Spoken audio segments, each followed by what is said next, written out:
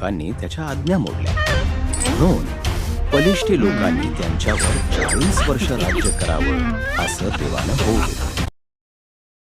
शमशोनच्या आईला एका देवदूतानं अभिवचन दिलं की तिला पुत्र होईल. शमशोनला देवाला 3 वचनं द्यावयाची होती.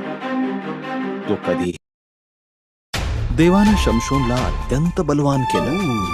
त्यानं एका सिंहाला ठार केलं आणि काही दिवसांनी त्याच्या कलेवरामध्ये मधमाशांनी मधाचं पोळं बनवलं.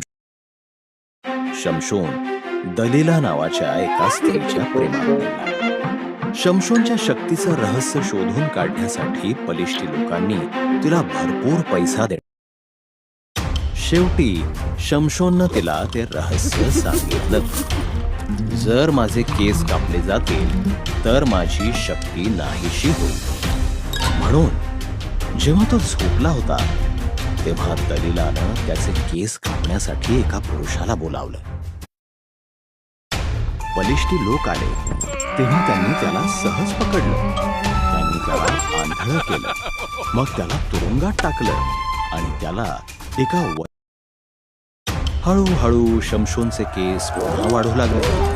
त्यांचे पुढचे दैवत दागोन यानं शमशोनचा पराभव केल्याबद्दल त्याचे आभार मानण्यासाठी बलिष्ठी लोकांनी